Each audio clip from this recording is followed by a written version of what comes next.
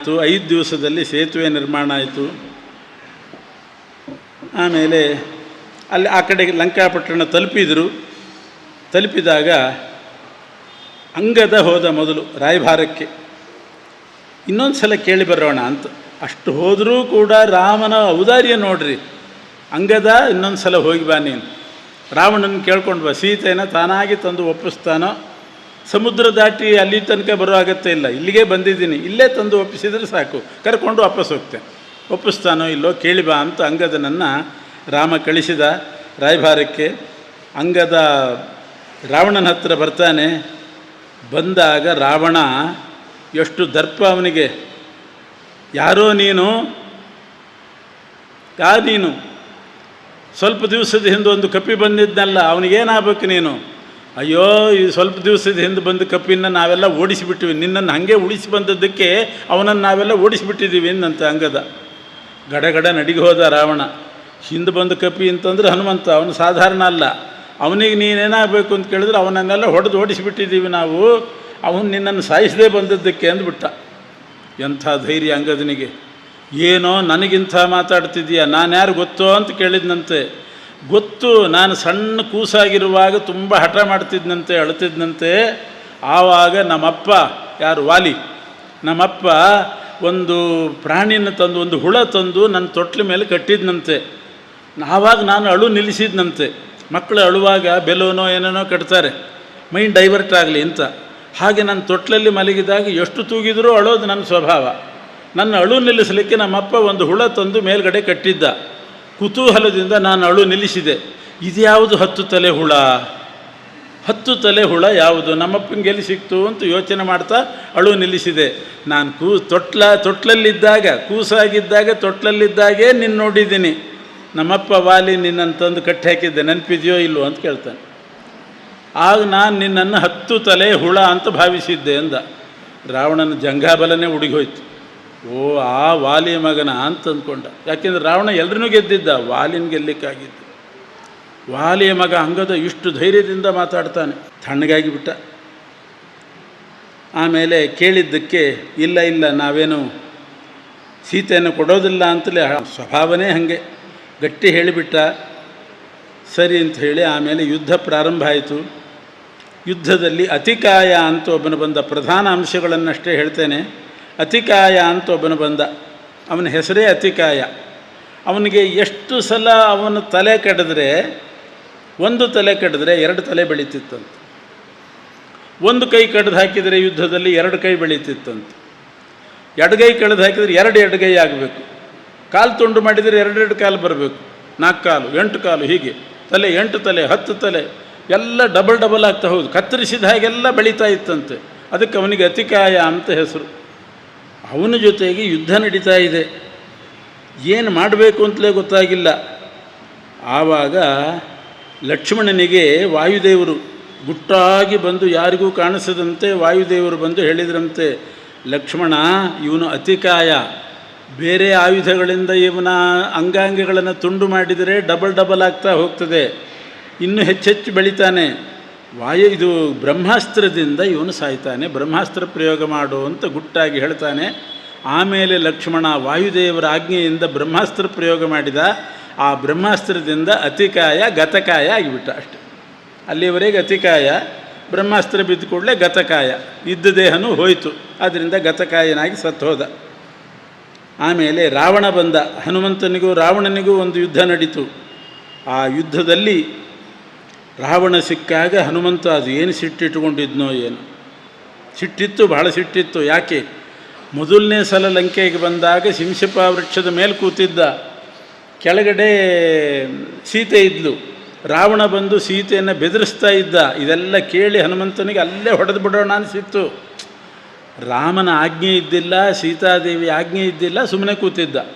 ಆ ಸಿಟ್ಟೆಲ್ಲ ಇಟ್ಟುಕೊಂಡಿದ್ದ. ಈಗ ಯುದ್ಧದ ಸಂದರ್ಭ, ರಣರಂಗ. ರಾವಣ ಬಂದು ಕೂಡಲೇ ಆ ಸಿಟ್ಟನ್ನೆಲ್ಲ ಉಪಯೋಗಿಸಿ ಒಂದು ಏಟು ಹಾಕಿದ್ನಂತೆ ಅವನಿಗೆ.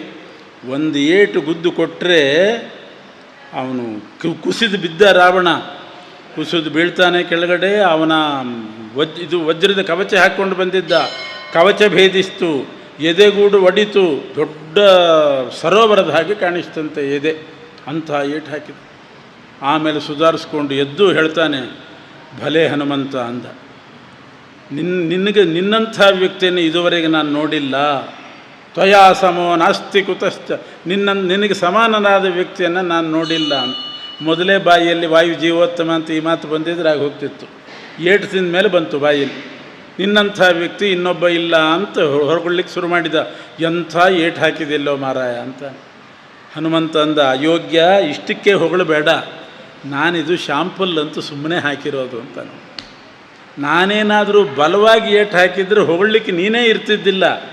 ಸುಮ್ಮನೆ ಹೇಗಿರ್ತದೆ ನನ್ನ ಏಟು ಅಂತ ನಿನಗೆ ತೋರಿಸಿದೆ ಅಷ್ಟೇ. ಯಾಕೆಂದರೆ ನಿನ್ನನ್ನು ಕೊಲ್ಲಕ್ಕೆ ರಾಮ ಇದ್ದಾನೆ. ನಾನು ಕೊಲ್ಲಬಾರ್ದು ನಿನ್ನನ್ನು, ರಾಮ ಕೊಲ್ಲಬೇಕು ಅಂತ ಸಂಕಲ್ಪ ಮಾಡಿದ್ದಾನೆ. ಆದರೆ ನಾನು ಸುಮ್ಮನೆ ಇರಬಾರ್ದು, ನನ್ನ ಪ್ರಭಾವ ತೋರಿಸ್ಬೇಕು ಅಂತ ಅತ್ಯಲ್ಪಮೇ ತದ್ಯದು ಪಾತ್ತ ಜೀವಿತ, ಅತ್ಯಲ್ಪವಾದ ಏಟು ಹಾಕಿದ್ದೀನಿ. ಯಾಕೆಂದರೆ ನೀ ಬದುಕಿದ್ದಿ.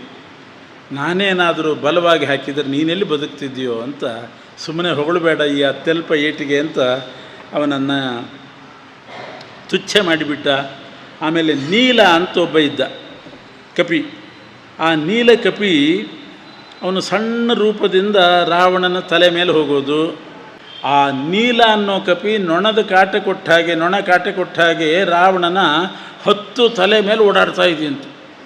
ಒಂದು ತಲೆ ಮೇಲೆ ಅಲ್ಲಿ ಕೈ ಇಟ್ಟುಕೊಡ್ಲೆ ಇನ್ನೊಂದು ತಲೆಗೆ ಹೋಗೋದು, ಅಲ್ಲಿ ಕೈ ಇಟ್ಟುಕೊಡ್ಲೆ ಈ ತಲೆಗೆ ಬರೋದು. 10 ತಲೆಯಲ್ಲಿ ಓಡಾಡಿ ಆ ಕಣ್ಣಿನ ಮೇಲೆ ಮೂಗಿನ ಮೇಲೆ ಓಡಾಡಿ ಅವನನ್ನು ಪರಿಯಲ್ಲಿ ಹಿಂಸೆ ಕೊಟ್ಟುಬಿಡ್ತು ಆ ಕಪಿ ನೀಲ ಅನ್ನೋನು. ಎಷ್ಟು ಹಿಡಿಲಿಕ್ಕೆ ಪ್ರಯತ್ನ ಮಾಡಿದರೂ ಕೂಡ ಸಿಗಲಿಲ್ಲ. ಅಂತೂ ನೀಲ ಸಿಗಲಿಲ್ಲ. ಕೊನೆಗೆ ರಾವಣ ಇದು ಉಪಯೋಗ ಇಲ್ಲ, ಆಗ್ನೇಯಾಸ್ತ್ರ ಪ್ರಯೋಗ ಮಾಡಿದನಂತೆ. ಈ ನೀಲನ ಚೇಷ್ಟೆ ತಾಳಲಾರದೆ ಆಗ್ನೇಯಾಸ್ತ್ರ ಪ್ರಯೋಗ ಮಾಡಿದರೆ, ಅದರಿಂದ ಅವನು ಸುಟ್ಟು ಹೋಗ್ತಾನೆ ಅಂತ ಪ್ರಯೋಗ ಮಾಡಿದರೆ ಇನ್ನೂ ಶಕ್ತಿ ಜಾಸ್ತಿ ಬಂತು ಅವನಿಗೆ. ಯಾಕೆಂದರೆ ನೀಲ ಅಗ್ನಿ ಅವತಾರ, ಅದು ಅವನಿಗೆ ಗೊತ್ತಿಲ್ಲ. ಅಗ್ನಿ ಅವತಾರ ನೀಲ. ಬೆಂಕಿ ಮೇಲೆ ಬೆಂಕಿ ಹಾಕಿದರೆ ಏನಾಗ್ತದೆ? ಹುಲ್ಲಿನ ಮೇಲೆ ಬೆಂಕಿ ಹಾಕಿದರೆ ಸುಡುತ್ತದೆ, ಬೆಂಕಿಗೆ ಬೆಂಕಿ ಹಾಕಿದರೆ. ನೀಲನ ಮೇಲೆ ಆಗ್ನೇಯಾಸ್ತ್ರ ಪ್ರಯೋಗ ಮಾಡಿ ಅದು ಉಪಯೋಗ ಬೀಳಲಿಲ್ಲ. ಸಾಕಾಗಿ ಸುಸ್ತಾಗಿ ಹೋಗಿಬಿಟ್ಟ. ಆಮೇಲೆ ಲಕ್ಷ್ಮಣ ಬರ್ತಾನೆ. ಲಕ್ಷ್ಮಣನಿಗೂ ರಾವಣನಿಗೂ ಯುದ್ಧ ಆಯಿತು. ರಾವಣ ಮಾತ್ರ ಲಕ್ಷ್ಮಣನ ಹಣೆಗೆ ಒಂದು ಏಟು ಹಾಕ್ತಾನೆ. ಅದರಿಂದ ಮೂರ್ಛೆ ಬಿದ್ದುಬಿಟ್ಟ ಲಕ್ಷ್ಮಣ. ಕುಸಿದು ಬಿದ್ದ, ಮೂರ್ಛೆನೇ ಬಂದು ಹೋಯಿತು. ಆಗ ಲಕ್ಷ್ಮಣನ ಎಳ್ಕೊಂಡು ಹೋಗಿಬಿಡೋಣ, ಅರಮನೆಯಲ್ಲಿ ಕಟ್ಟಿ ಹಾಕೋಣ ಅಂತ ರಾವಣ ಲಕ್ಷ್ಮಣನ ಎಳ್ಕೊಂಡು ಹೋಗ್ತಾ ಇದ್ದಾನೆ. ಏನು ಮಾಡಲಿಕ್ಕೂ ತೋಚ್ತಾ ಇಲ್ಲ ಲಕ್ಷ್ಮಣನಿಗೆ, ಎಳ್ಕೊಂಡು ಹೋಗ್ತಾ ಇದ್ದಾನೆ. ಆಗ ರಾಮ ಹೇಳಿದ, ಲಕ್ಷ್ಮಣ ನೀನ್ಯಾರು ಸ್ವಲ್ಪ ಯೋಚನೆ ಮಾಡ್ಕೋ ಅಂತ. ಅಂದರೆ ನಿನ್ನ ಮೂಲ ರೂಪ ಯೋಚನೆ ಮಾಡ್ಕೊ ನೀನು. ಯಾವುದು ಲಕ್ಷ್ಮಣನ ಮೂಲ ರೂಪ? ಶೇಷದೇವರು. ನೀನು ನಿನ್ನ ಮೂಲ ರೂಪ ಧ್ಯಾನ ಮಾಡು, ನಿನಗೆ ಬಲ ಬರ್ತದೆ ಅಂತ ರಾಮದೇವರು ಹೇಳಿದರು. ತನ್ನ ಮೂಲ ರೂಪವನ್ನು ಧ್ಯಾನ ಮಾಡಿಕೊಂಡ ಶೇಷನನ್ನು. ಎಲ್ಲಿಲ್ಲದ ಬಲ ಬಂತು ಲಕ್ಷ್ಮಣನೇ. ಗಟ್ಟಿ ಕೂತ್ಬಿಟ್ಟ, ಬಿದ್ದವನೇ ಗಟ್ಟಿಯಾಗಿಬಿಟ್ಟ. ಎಳಿತಾನೆ ರಾವಣ ಲಕ್ಷ್ಮಣನನ್ನು 1 ಇಂಚ್ ಎಳಿಲಿಕ್ಕಾಗಲಿಲ್ಲ. ಭೂಮಿನೇ ಬೇಕಾದ್ರೆ ನಡಗಿತಂತೆ. ಭೂಮಿ ಅಲ್ಲಾಡ್ತಿದೆ ಹೊರತು ಲಕ್ಷ್ಮಣನ ಅಲ್ಲಾಡಿಸಲಿಕ್ಕಾಗಲಿಲ್ಲ. ಅಂತಹ ಶಕ್ತಿ ಲಕ್ಷ್ಮಣನಿಗೆ ಬಂತು ರಾಮನ ಉಪಾಯದಿಂದ. ಯಾಕೆ? ಮೂಲ ರೂಪ ಶೇಷ. ಎಂಥ ಬಲ ಶೇಷದೇವರಿಗೆ. ಇಡೀ ಭೂಮಂಡಲ ತಲೆ ಮೇಲೆ ಹೊತ್ತಿದ್ದಾರೆ ಶೇಷದೇವರು, ಅಷ್ಟು ಬಲ ಇದೆ ಅವರಿಗೆ. ಆ ಭೂಮಂಡಲನೂ ಅವರ ತಲೆ ಮೇಲೆ ಹೇಗಿದೆ ಗೊತ್ತೇನೋ? ನನ್ನು ಸರ್ಷಪಾಯತಿ ಅಂತಾರೆ. ಒಂದು ಸಾಸಿವೆ ಕಾಳು ಇಟ್ಕೊಂಡ್ರೆ ಹಾಗೋ, ಒಂದು ಸಾಸಿವೆ ಕಾಳು ತಲೆ ಮೇಲೆ ಇದ್ದರೆ, ತಲೆ ಮೇಲೆ ಸಾಸಿವೆ ಕಾಳಿದೆ ಅಂತ ಯಾರಿಗಾದರೂ ಅನ್ನಿಸ್ತದ? ಅನುಸಂಧಾನಕ್ಕೆ ಬರ್ತದ? ಬರೋದು. ಒಂದು ಸಾಸಿವೆ ಕಾಳು ಒಂದು ತಲೆ ಮೇಲೆ ಇದ್ದರೆ ಗೊತ್ತೇ ಆಗಲ್ಲ. ಸಾಸಿವೆ ಕಾಳಕ್ಕೆ ಇಷ್ಟಿಷ್ಟು ಮಂತ್ರಾಕ್ಷತೆ ಹಾಕ್ಕೊಂಡ್ರೂ ಗೊತ್ತಿರೋದಿಲ್ಲ ಹಾಕ್ಕೊಂಡಿದ್ದೀನೋ ಇಲ್ಲೋ ಅಂತ. ಮತ್ತೆ ತೊಗೋತಾರೆ, ಹಾಕ್ಕೋತಾರೆ. ಮಂತ್ರಾಕ್ಷತೆ ಇದ್ದಿದ್ದೇ ಗಮನಗೂ. ಸಾಸಿವೆ ಕಾಳು ಯಾವ ಲೆಕ್ಕ? ಇಡೀ ಭೂಮಂಡಲ ಶೇಷದೇವರ 1000 ಹೆಡೆ ಪೈಕಿ 1 ಹೆಡೆ ಮೇಲೆ ಸಾಸಿವೆ ಕಾಳಿನಂತೆ ಇದೆಯಂತೆ. ಅಷ್ಟು ಬಲ ಶೇಷನಿಗೆ. ರಾವಣನಿಗೆ ಏನೂ ಮಾಡಲಿಕ್ಕೆ ಆಗಲಿಲ್ಲ. ಆಗ ಹನುಮಂತ ಬಂದು ಮತ್ತೆ ಗುದ್ದು ಹಾಕ್ತಾನೆ ರಾವಣನಿಗೆ. ಲಕ್ಷ್ಮಣನ ಎಳ್ಕೊಂಡು ಹೋಗುವ ಪ್ರಯತ್ನ ಮಾಡ್ತಿದ್ದ, ಮತ್ತೊಂದು ಗುದ್ದು ಹಾಕಿದ. ಆ ಗುದ್ದಿಗೆ ಬಿದ್ದ ರಾವಣ. ಆಮೇಲೆ ಲಕ್ಷ್ಮಣನನ್ನು ಅನಾಮತ್ತಾಗಿ ಒಂದು ಮಗುವನ್ನು ಎತ್ತಿ ತಂದು ರಾಮನ ಮುಂದೆ ಇಡ್ತಾನೆ. ಎಂಥ ಬಲ! ರಾವಣನಿಗೆ ಲಕ್ಷ್ಮಣನನ್ನು ಅಲ್ಲಾಡಿಸ್ಲಿಕ್ಕಾಗಲಿಲ್ಲ. ಹನುಮಂತ ಲೀಲಾಜಾಲವಾಗಿ ತಂದಿಟ್ಬಿಟ್ಟ ಲಕ್ಷ್ಮಣನನ್ನು. ಮಗುವನ್ನು ತಂದಿಟ್ಟ.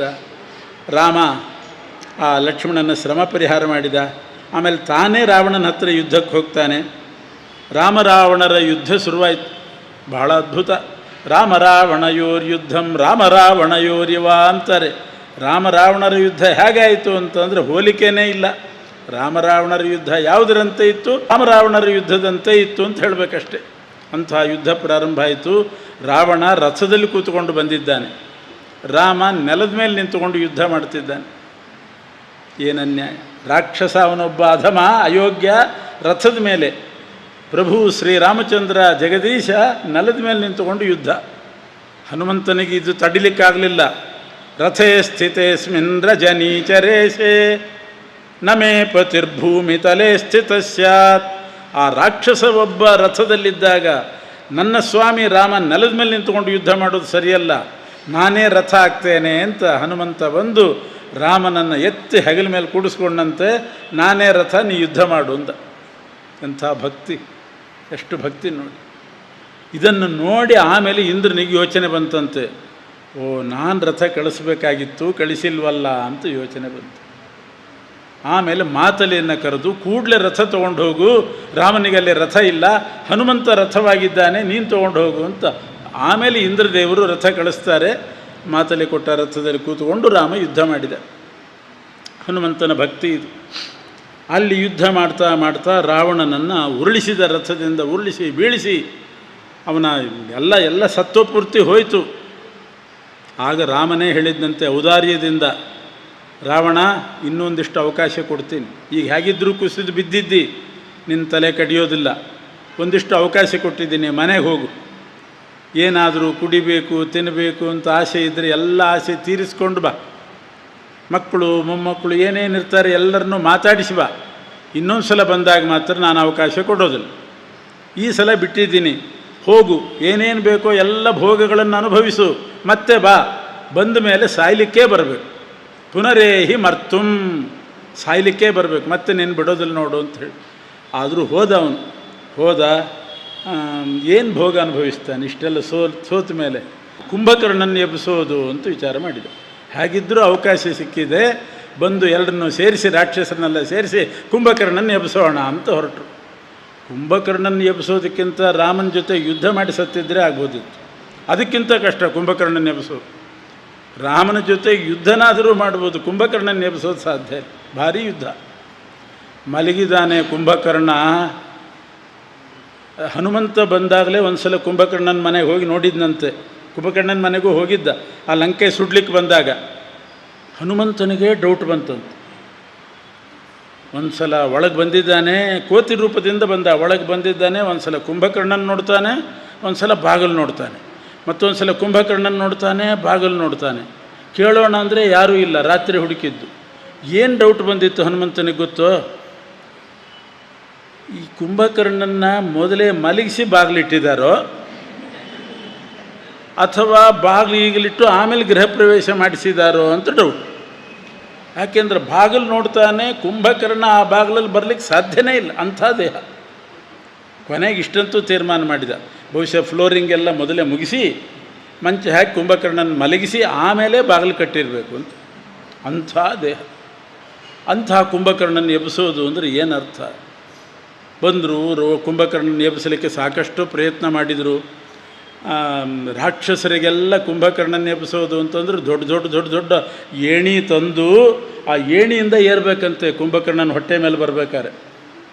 ಕುಂಭಕರ್ಣನ ಹೊಟ್ಟೆ ಮೇಲೆ ಬರಬೇಕಾದ್ರೆ ಏಣಿ ಇಟ್ಕೊಂಡು ಏರಬೇಕು.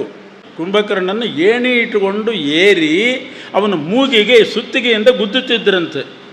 ಮೂಗಿಗೆ ಏಟು ಹಾಕಿದ್ರೆ ಎಂಥವನ್ನೂ ಹೇಳಬೇಕು. ಎಷ್ಟು ಏಟು ಹಾಕಿದರೂ ಕೂಡ ಸುತ್ತಿಗೆನೇ ಸೀಳ್ತಿತ್ತು ಹೊರತು ಅವನಿಗೇನೋ ಆಗ್ತಿದ್ದಿಲ್ಲ. ಕೆಲವು ರಾಕ್ಷಸರಂತೂ ಈ ಮೂಗಿನಿಂದ ಹೋಗಿ ಈ ಮೂಗಿನಿಂದ ಹೊರಗೆ ಬರ್ತಿದ್ರಂತೆ. ಅದೇನೋ ಯೋಗಾಸನ ಇದೆ ಅಂತ, ಈ ಮೂಗಿನಿಂದ ನೀರು ತೊಗೊಂಡು ಈ ಮೂಗಿನಿಂದ ಬಿಡೋದು ಅಂತ. ಕಪಿಗಳೇ ಓಡಾಡ್ತಿದ್ರಂತೆ ಈ ಮೂಗಿನಿಂದ ಆ ಮೂಗಿಗೆ. ಇಂಥ ವಿಚಿತ್ರ ಮೂಗು, ಎಷ್ಟು ದೊಡ್ಡ ಮೂಗಿರ್ಬೋದು.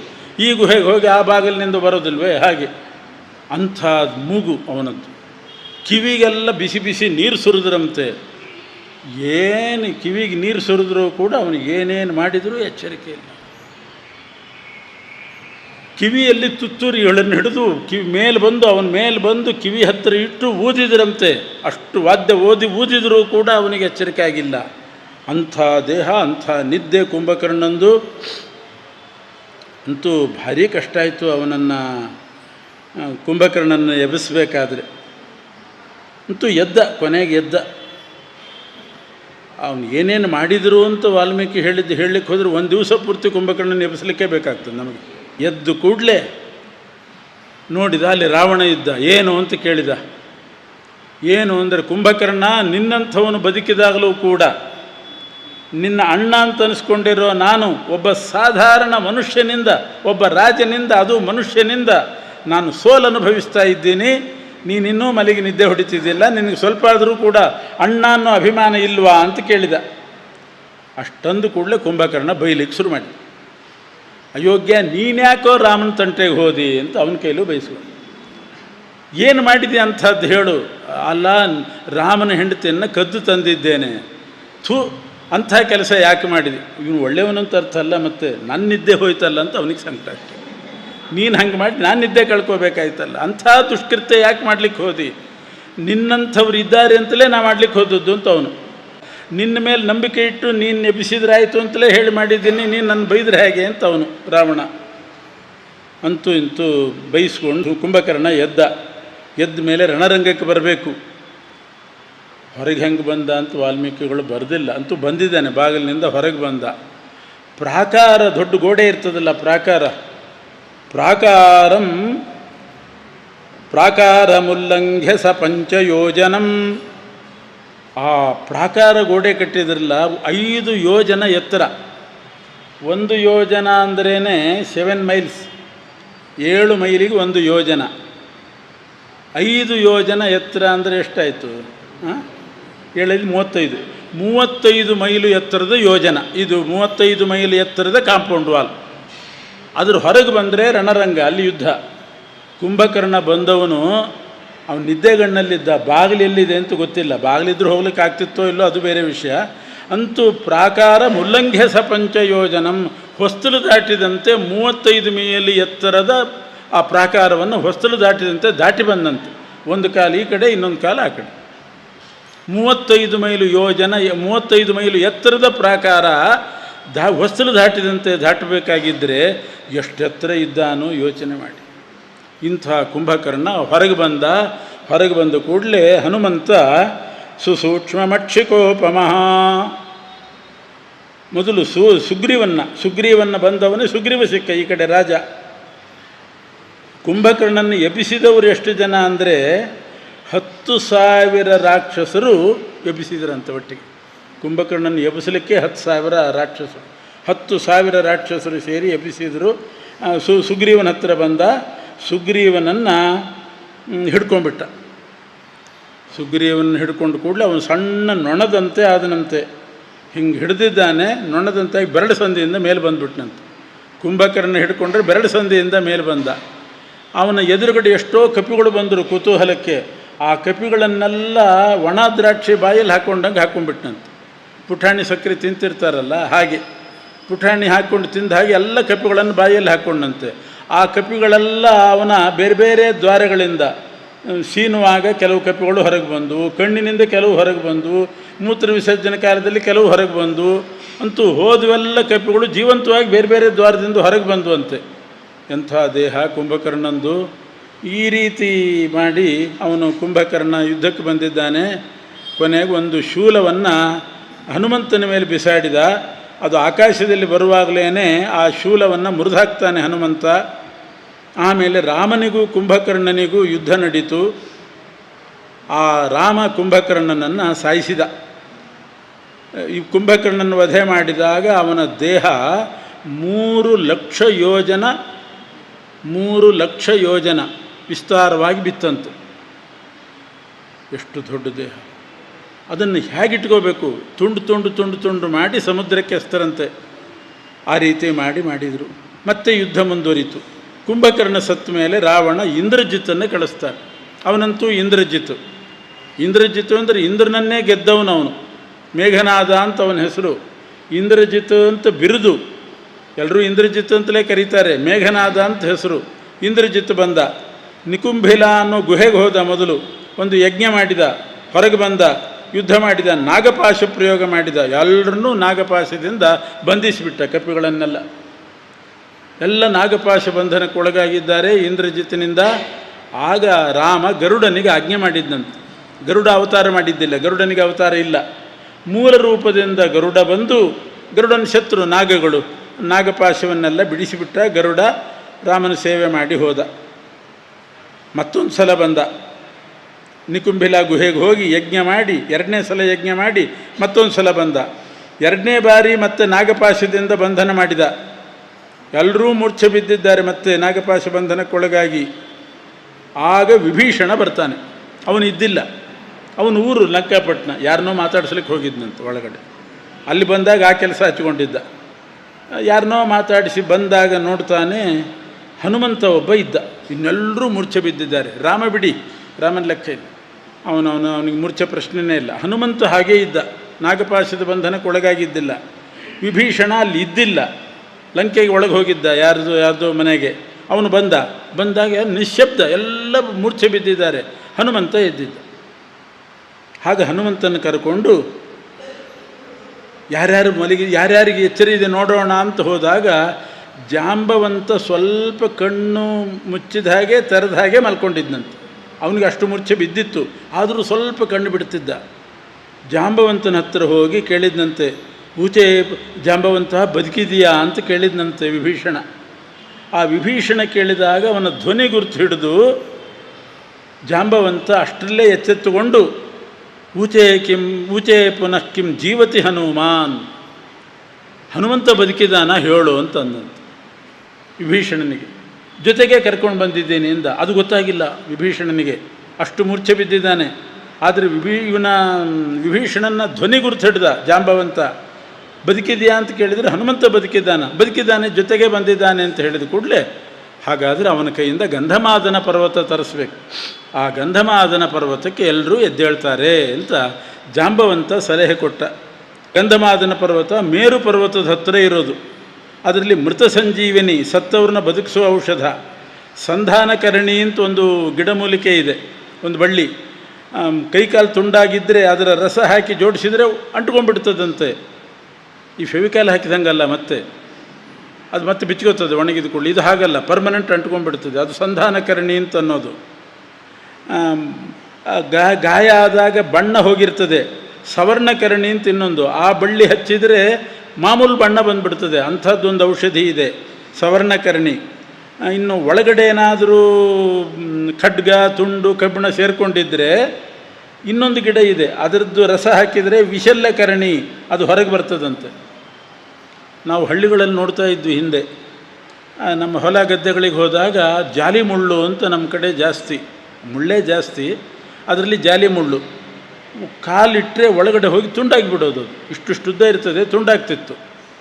ಅದನ್ನು ತೆಗಿಬೇಕು ಹೇಗೆ? ಸೂಜಿ ಗೀಜಿ ಹಾಕಿ ತೆಗಿಲಿಕ್ಕೆ ಹೋದರೆ ಯಮಯಾತನೆ. ಕಳ್ಳಿ ಗಿಡ ಅಂತ ಒಂದು ಗಿಡ ಇರ್ತಿತ್ತು, ಕಡ್ಡಿ ಗಿಡ, ಹಸೂರು ಕಡ್ಡಿ. ತಂದು ಮುರಿದು ಅದರ ಹಾಲು ಹಾಕಿದರೆ ತಾನಾಗೆ ಮುಳ್ಳು ಹೊರಗೆ ಬರ್ತಿತ್ತು. ಹೀಗೆ ಎಷ್ಟೋ ಸಲ ಮುಳ್ಳು ತೆಗೆಸ್ಕೊಂಡಿದ್ದೀವಿ. ಆ ವಿಶಲ್ಯಕರಣಿ ಅಂತಂದರೆ ಆ ಥರದ್ದು. ಇಂಥ ಔಷಧಿಗಳಿದೆ ಆ ಗಂಧಮಾದನ ಪರ್ವತದಲ್ಲಿ. ಅದನ್ನು ಹನುಮಂತ ತರಲಿಕ್ಕೆ ಸಾಧ್ಯ, ಅವನಿಗೊಬ್ಬನಿಗೆ. ಅದನ್ನು ತಂದರೆ ಎಲ್ಲರೂ ಬದುಕ್ತಾರೆ ನೋಡು ಅಂತ ಜಾಂಬವಂತ ಹೇಳಿದ ಮೇಲೆ ಹನುಮಂತ ತರ್ತಾನೆ. ಮತ್ತೊಂದು ಸಲ ಎಲ್ಲರೂ ಬದುಕಿಬಿಟ್ರು. ಮತ್ತೆ ಪುನಃ ಇಂದ್ರಜಿತ್ತು ಸಂಮೋಹನಾಸ್ತ್ರ ಪ್ರಯೋಗ ಮಾಡಿದ, ರಾಮ ವಿಜ್ಞಾನಾಸ್ತ್ರ ಪ್ರಯೋಗ ಮಾಡಿದ. 4ನೇ ಸಲ ಮತ್ತೆ ನಿಕುಂಭಿಲಾಗಿ ಗುಹೆಗೆ ಹೋದ ಯಜ್ಞ ಮಾಡೋಣ ಅಂತ. ಆಗ ಇಂದ್ರಜಿತ್ತು ಹೋದದ್ದು ನಿಕುಂಭಿಲ ಅನ್ನೋ ಗುಹೆಗೆ. ಆಗ ವಿಭೀಷಣ ಹೇಳ್ತಾನೆ, ಇದು 4ನೇ ಸಲ ಯಜ್ಞ ಮಾಡ್ತಿದ್ದಾನೆ, ಈ ಯಜ್ಞ ಮಾಡಿದರೆ ಮತ್ತು ಅವನಿಗೆ ಸಾವೇ ಇಲ್ಲ. 4 ಸಲ ಯಜ್ಞ ಮಾಡಿದರೆ ಸಾಯುವುದೇ ಇಲ್ಲ ಅವನು, ಈ ಯಜ್ಞಕ್ಕೆ ವಿಘ್ನ ತರಬೇಕು ಅಂತ. ಆಗ ಲಕ್ಷ್ಮಣ, ಇದೆಲ್ಲ ಗೊತ್ತಿದ್ದೆಲ್ಲ ಇವರಿಗೆ, ವಿಭೀಷಣ ಹೇಳಿದ್ರಿಂದ ಗೊತ್ತಾಯಿತು. ಕೂಡಲೇ ಲಕ್ಷ್ಮಣ ಹೋಗಿ ಅವನ ಯಜ್ಞಕ್ಕೆ ವಿಘ್ನ ತಂದು ಯುದ್ಧ ಮಾಡಿ ಇಂದ್ರಜಿತನ್ನು ಕೊಂದುಬಿಟ್ಟ. ಅಂತೂ ಇಂದ್ರಜಿತನ ವಧೆ ಆಯಿತು. ಲಕ್ಷ್ಮಣ ಕೊಂದದ್ದು ಇಂದ್ರಜಿತನ್ನು. ಆಮೇಲೆ ರಾವಣ ಬಂದ. ಇಷ್ಟೆಲ್ಲ ಇವ್ರನ್ನೆಲ್ಲ ಸಾಯಿಸಿ, ಕುಂಭಕರ್ಣನ ಸಾಯಿಸಿ, ಇಂದ್ರಜಿತನ್ನು ಸಾಯಿಸಿ ತಾನು ಬರುವಾಗ ತನ್ನ ಮೂಲಬಲ ತೊಗೊಂಡು ಬಂದಂತೆ. ರಾವಣನ ಮೂಲಬಲ ಅಂದರೆ ಈ ರಿಸರ್ವ್ಡ್ ಇರ್ತದೆ ಅದು. ಆ ಮೂಲಬಲ ಎಷ್ಟಿತ್ತು ಲಂಕೆಯಲ್ಲಿ ಅಂತಂದರೆ, ಈ ಸಣ್ಣ ಪುಟ್ಟ ಯುದ್ಧಕ್ಕೆ ಅವರೆಲ್ಲ ಬರ್ತಿದ್ದಿಲ್ಲ. ಘೋರ ಆದರೆ ಕೊನೆಗೆ ಬರೋದು ಮೂಲಬಲ. ಎಷ್ಟಿತ್ತು ಗೊತ್ತೇ ರಾವಣನ ಹತ್ರ ಮೂಲಬಲ? ರಾಕ್ಷಸರದ್ದು 36 ಬರಿಬೇಕು. 36 ಬರೆದು 70 ಸೊನ್ನೆ ಹಾಕಬೇಕು. ಎಷ್ಟಾಗ್ತದೆ? 36 ಬರೆದು 70 ಸೊನ್ನೆ ಹಾಕಿದರೆ 36 ಬರೆದು 70 ಸೊನ್ನೆ ಹಾಕಿದರೆ ಎಷ್ಟಾಗ್ತದೆ? ಅಷ್ಟು ಅಕ್ಷೌಹಿಣಿ ಸೈನ್ಯ. ಅಷ್ಟು ಸೈನಿಕರಲ್ಲ, ಅಷ್ಟು ಅಕ್ಷೌಹಿಣಿ. ಒಂದು ಅಕ್ಷೌಹಿಣಿ ಅಂತಂದ್ರೇ 21,870 ಆನೆ, 21,870 ರಥ, ಆಮೇಲೆ 65,610 ಕುದುರೆ, 10,09,350 ಕಾಲಾಳು.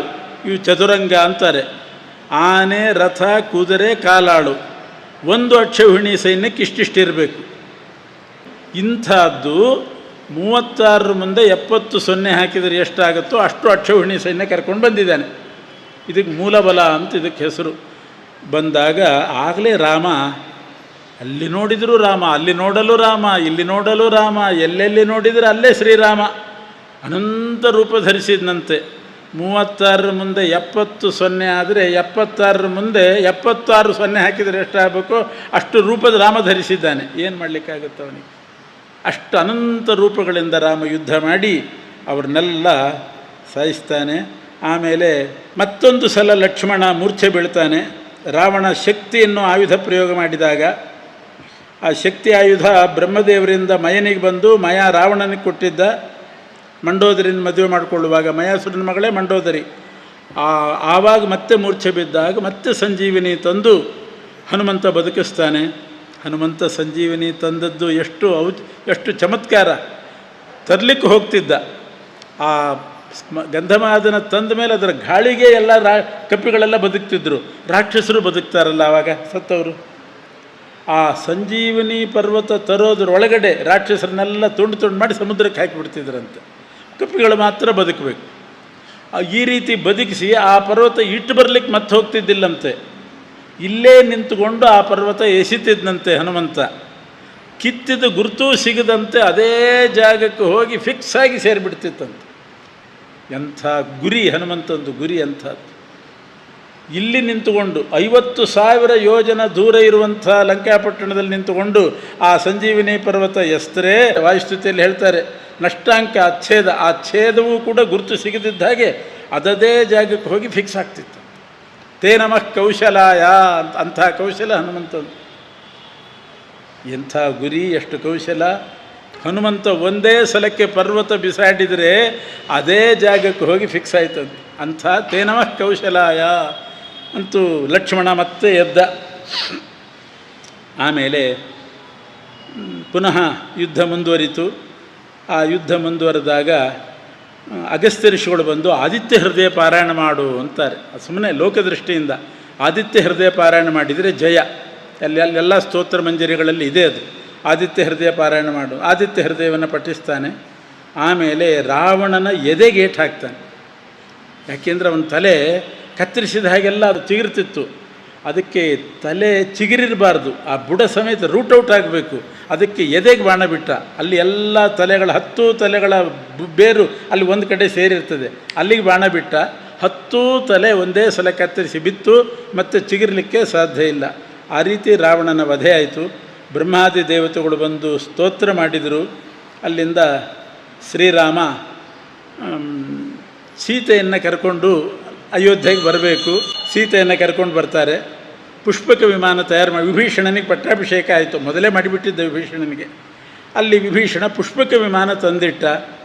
ಪುಷ್ಪಕ ವಿಮಾನದಲ್ಲಿ ಎಲ್ಲರೂ ಕೂಡಬೇಕು. ರಾಮ, ಲಕ್ಷ್ಮಣ, ಸೀತೆ ಇವರೆಲ್ಲ ಕೂತರು. ಇವರ ಸಹಾಯಕ್ಕೆ ಅಂತ ಬಂದ ಕೋಟಿ ಕೋಟಿ ಕಪಿಗಳಿದ್ವಲ್ಲ, ಆ ಕಪಿಗಳಿಗೆಲ್ಲ ಪುಷ್ಪಕ ವಿಮಾನ ಏರಬೇಕು ಅಂತ ಆಸೆ. ರಾಮನ ಸಹಾಯಕ್ಕೆ ಬಂದಿದ್ದೀವಿ, ಒಂದು ಸಲ ಪುಷ್ಪಕ ವಿಮಾನದಲ್ಲಿ ಕೊಡೋಣ ಅಂತ. ಇಷ್ಟು ಎತ್ತರ ಇದೆ. ಒಂದು ಕಪಿ ಮೇಲೆ ಇನ್ನೊಂದು ಕಪಿ, ಒಂದರ ಮೇಲೆ ಒಂದು ಹೋಗೋದು, ಕಿಟಕಿಯಲ್ಲಿ ಎಣುಕೋದು, ಹೇಗಿದೆ ಅಂತ ನೋಡೋದು, ಕುತೂಹಲ. ಇದೆಲ್ಲ ನೋಡಿ ರಾಮನಿಗೆ ಅನಿಸ್ತಂತೆ. ವಿಭೀಷಣನ ಕರೆದು ಹೇಳ್ತಾನೆ, ವಿಭೀಷಣ ವಿಮಾನದ ಬಾಗಿಲು ತೆಗಿ, ಎಲ್ಲ ಕಪಿಗಳನ್ನು ಕೂಡಿಸು ಅಂತಂದು. ವಿಭೀಷಣ ಅಂತಾನೆ, ರಾಮ ಇದು ಪುಷ್ಪಕ ವಿಮಾನ, ಇದು ಕಪಿಗಳು ಕೂಡುವಂಥದ್ದಲ್ಲ. ಪುಷ್ಪಕ ವಿಮಾನದಲ್ಲಿ ಯಾರಾದರೂ ಕಪಿಗಳನ್ನು ಕೂಡಿಸ್ತಾರಾ? ನೀನು ಗಂಭೀರವಾಗಿ ಅಯೋಧ್ಯೆಗೆ ಹೋಗು ಅಂತ. ಆಗ ರಾಮ ಅಂತಾನೆ, ವಿಭೀಷಣ ನನಗೋಸ್ಕರ ಈ ಕಪಿಗಳೆಲ್ಲ ತಮ್ಮ ತಮ್ಮ ಕೆಲಸ ಬಿಟ್ಟು ಇಷ್ಟು ಹೋರಾಡಿದ್ದಾವೆ, ಇವುಗಳನ್ನು ಒಂದು ಪುಷ್ಪಕ ವಿಮಾನದಲ್ಲಿ ಕೂಡಿಸ್ತಿದ್ರೆ ಹಾಗೆ ಎಷ್ಟು ಆಸಕ್ತಿ ಇದೆ ಅವುಗಳಿಗೆ, ಒಂದ್ರ ಮೇಲೊಂದು ನೋಡ್ತಾ ಇದ್ದಾವೆ. ಏರ್ಸು ಪುಷ್ಪಕ ವಿಮಾನ ಏರ್ಸು ಅಂತ ಅವನು ರಾಮ. ವಿಭೀಷಣ ತಯಾರಿಲ್ಲ. ರಾಮಂದು ಬಹಳ ಔದಾರ್ಯ, ಪ್ರಾಣಿಗಳನ್ನು ಮಕ್ಕಳನ್ನು ನೋಡಿದ ಹಾಗೆ ನೋಡಿಕೊಳ್ಳುವ, ಪುಷ್ಪಕ ವಿಮಾನದಲ್ಲಿ ಏರಿಸು. ಕೊನೆಗೆ ವಿಭೀಷಣ ಹೇಳಿದ, ಏನಿಲ್ಲ, ಕಪಿಗಳನ್ನು ಏರಿಸಿದರೆ ಗಲಾಟೆ ಮಾಡ್ತಾವೆ, ಒಂದಕ್ಕೊಂದು ಜಗಳಾಡ್ತಾವೆ, ವಿಂಡೋ ಸೀಟ್ ಬೇಕು ಅಂತಾವೆ, ಕುಸ್ತಿ ಹಿಡಿತಾವೆ, ಸೀತೆ ಮೇಲೇ ಬಿದ್ದು ಬಿಡ್ತಾವೆ, ಎಲ್ಲ ರಗಳೆ, ಅದೆಲ್ಲ ಬೇಡ ಅಂತ. ಬಿದ್ದರೂ ಪರವಾಗಿಲ್ಲ, ಗ್ಲಾಸ್ ಒಡೆದ್ರೂ ಪರವಾಗಿಲ್ಲ, ನಾನು ರಿಪೇರಿ ಮಾಡಿಸಿ ಕಳಿಸ್ತೀನಿ. ಇಷ್ಟು ರಾಮನಿಗೆ ಆ ಕಪಿಗಳ ಮೇಲೆ ವಾತ್ಸಲ್ಯ ಬಂದುಬಿಡ್ತು. ಕೊನೆಗೆ ವಿಭೀಷಣ ಬಾಗಿಲು ತೆಗೆದ, ಎಲ್ಲ ಕಪಿಗಳು ವಿಮಾನದಲ್ಲಿ ಕೂತು, ಲಂಕಾಪಟ್ಟಣದಿಂದ ವಿಮಾನ ಹೊರಟಿತು, ಆಕಾಶ ಮಾರ್ಗದಿಂದ ಹಾರ್ತಾ ಕಿಷ್ಕಿಂಧೆಗೆ ಬರ್ತದೆ. ಕಿಷ್ಕಿಂಧೆಗೆ ಬಂತು, ಕಿಷ್ಕಿಂಧೆಯಲ್ಲಿ ಇಳಿತು. ವಿಮಾನ ಇಳಿಯುವಾಗ ಕೋತಿಗಳೆಲ್ಲ ಚಪ್ಪಾಳಿ ತಟ್ತಾ ಇದ್ದಾವೆ, ಅಯೋಧ್ಯೆ ಬಂತು ಅಂತ. ಯಾಕೆಂದರೆ ರಾಮ ಹೇಳಿದ್ದ, ವಿಭೀಷಣ ಎಲ್ಲ ಕಪಿಗಳನ್ನು ಸೇರಿಸು, ಅಯೋಧ್ಯೆ ಕರ್ಕೊಂಡು ಹೋಗಿ, ಅದು ನಮ್ಮೂರೇ, ಎಲ್ಲ ಕಪಿಗಳಿಗೆ ಒಂದೊಂದು ಶೆಲೆ ಹೊಲಿಸಿ ಕಳಿಸ್ತೀನಿ, ಅಂದರೆ ಸನ್ಮಾನ ಮಾಡಿ ಅಂತ ಅರ್ಥ. ಸುಮ್ಮನೆ ಚೆನ್ನಾಗಿ ಸನ್ಮಾನ ಮಾಡಿ ಕಳಿಸ್ತೀನಿ, ಎಲ್ಲ ನನಗೋಸ್ಕರ ಹೋರಾಡಿದ್ದಾವೆ, ಎಲ್ಲ ಕಪಿಗಳಿಗೆ ಬಹುಮಾನ ಕೊಟ್ಟು ಏನಾದರೂ ಮಾಡಿ ಕಳಿಸ್ತೀನಿ ಅಂತ ಅಂದಿದ್ದ ರಾಮ. ಆ ಕಿಷ್ಕಿಂಧೆಯಲ್ಲೇ ವಿಮಾನ ಇಳಿತಾ ಇದೆ, ಕೋತಿಗಳೆಲ್ಲ ಚಪ್ಪಾಳೆ ತಟ್ಟಿದ್ವು, ಅಯೋಧ್ಯೆ ಬಂತು ಅಂತ. ರಾಮ ಬೈದ, ಅಯೋಧ್ಯೆ ಅಲ್ಲ ಬಂದದ್ದು, ನಿಮ್ಮೂರು ಕಿಷ್ಕಿಂಧೆ ಬಂದದ್ದು. ನಿಮ್ಮೂರು ಯಾವುದು, ಅಯೋಧ್ಯೆ ಯಾವುದು ನಿಮಗೆ ಗೊತ್ತಾಗೋದಿಲ್ವಾ? ಅಯೋಧ್ಯೆ ಬಂತು ಅಂತಿದ್ದೀರಲ್ವ. ಆಗ ಕಪಿಗಳು ಹೇಳಿದ್ವು, ನೀನು ಅಯೋಧ್ಯೆ ಕರ್ಕೊಂಡು ಹೋಗ್ತೀನಿ ಅಂತ ಹೇಳಿದ್ದೆ, ನಾವು ಹಾಗೆ ಮೈಂಡ್ ಪ್ರಿಪೇರ್ ಮಾಡ್ಕೊಂಡು ಕೂತಿದ್ವಿ, ನೀನು ಮೋಸ ಮಾಡಿ ಕಿಷ್ಕಿಂಧೆಯಲ್ಲಿ ಇಳಿಸ್ತೀವಿ ನಮ್ಮನ್ನು ಅಂತ ನಮಗೇನು ಗೊತ್ತು, ಊರಿಗೆ ಕರ್ಕೊಂಡು ಹೋಗೋದಿಲ್ವ, ನಿಮ್ಮೂರಿಗೆ ಊರು ತೋರಿಸಿ ಸನ್ಮಾನ ಮಾಡಿ ಕಳಿಸ್ತೀನಿ ಅಂತ ಹೇಳಿದೆ, ಕಿಷ್ಕಿಂಧೆಯಲ್ಲಿ ಯಾಕೆ ಇಳಿಸಿದೆ? ರಾಮ ಹೇಳ್ತಾನೆ, ನಿಮ್ಮನ್ನು ಅಯೋಧ್ಯೆಗೆ ಕರ್ಕೊಂಡು ಹೋಗಿರೋದು, ಕಿಷ್ಕಿಂಧೆಯಲ್ಲಿ ಯಾಕೆ ಇಳಿಸಿದೆ ಅಂದರೆ ನಿಮ್ಮ ಹೆಂಡಂದ್ರನ್ನೆಲ್ಲ ಕುಡಿಸ್ಕೊಳ್ಳಿಕ್ಕೋಸ್ಕರ ಇಳಿಸಿದೆ ಅಂತಂದು. ಇಲ್ಲದಿದ್ದರೆ ಅವುಗಳಿಗೆ ಬೇಜಾರಾಗೋದಿಲ್ವ, ನಾವು ವಿಮಾನದಲ್ಲಿ ಹೋಗಿ ಬಂದೆ ಅಂತ ನೀವು ಹೇಳೋದು, ಅವುಗಳು ನಮ್ಮನ್ನು ಕುಡಿಸ್ಕೋಬೋದಾಗಿತ್ತು ಅಂತ ಅವ್ರು ಹೇಳಿದರೆ ಅಂತ ಹೇಳಿ ತಾರಾಪೂರ್ವಕ ಆ ಕಪಿಗಳ ಹೆಂಡಂದ್ರನ್ನೆಲ್ಲ ಪುನಃ ವಿಮಾನದಲ್ಲಿ ಏರಿಸಿ ಎಲ್ಲರನ್ನೂ ಕೂಡ ಕರ್ಕೊಂಡು ಅಯೋಧ್ಯೆಗೆ ಹೋಗಿ ಸನ್ಮಾನ ಮಾಡಿ ಕೊಟ್ಟು ಕಳಿಸಿದ್ದಾನೆ. ಅಲ್ಲಿ ಭರತ ಕಾಯ್ತಾ ಇದ್ದ.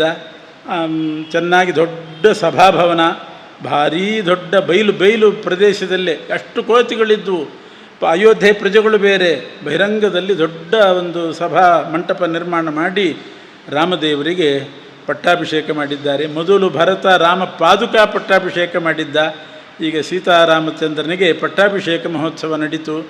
ಆಮೇಲೆ ಅಯೋಧ್ಯೆ ಮುಕ್ತಿಪುರಿಯಂತೆ ಬೆಳೀತಂತೆ, ಮೋಕ್ಷದ ಪಟ್ಟಣ ಇದ್ದ ಹಾಗೆ ಇತ್ತಂತೆ ರಾಮನಿಗೆ ಪಟ್ಟಾಭಿಷೇಕ ಆದಮೇಲೆ.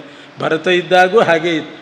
ರಾಮ ಹೇಳ್ತಾನೆ, ಭರತ ಹೇಗಿದೆ ಕೋಶ ಅಂದ, ನೀನು ಹೋದಾಗ ಎಷ್ಟಿತ್ತು ಅದರ ಡಬಲ್ ಆಗಿದೆ ಕೋಶ ಅಂದ. ಎಷ್ಟು ಕೋಶದಲ್ಲಿ ದುಡ್ಡಿತ್ತು ಅದರ ಇಮ್ಮಡಿಯಾಗಿದೆ ಇವಾಗ. ರಾಮ ಅಂದ, ನೀನೆಲ್ಲೋ ಸಾಲ ಮಾಡಿಟ್ಟಿರ್ತೀನಿ ಅಂತ ಅಂದ್ಕೊಂಡಿದ್ದೆ ನಾನು, 1 ಪೈಸೆ ಸಾಲ ಇಲ್ಲ, ಕೋಶ ಭರ್ತಿಯಾಗಿದೆ, ಚೆನ್ನಾಗಿ ಸಮೃದ್ಧಿಯಾಗಿದೆ, ನಿನ್ನ ಪಾದುಕೆ ಪ್ರಭಾವ ಇದು, ಇನ್ನು ನೀನೇ ಕೂತರೆ ಹೇಗಿರ್ತದೆ ಅಂತ ಹೇಳಿ ಪಟ್ಟಾಭಿಷೇಕ ಮಾಡಿ ಎಲ್ಲರಿಗೂ ಸಂತೋಷಪಡಿಸಿದ್ದಾನೆ ಶ್ರೀರಾಮ ಅಂತ ಹೇಳಿ ಇಲ್ಲಿಗೆ ಮುಕ್ತಾಯ ಮಾಡ್ತಾ ಇದ್ದೇವೆ. ಕೃಷ್ಣ ಅರ್ಪಣಮಸ್ತು.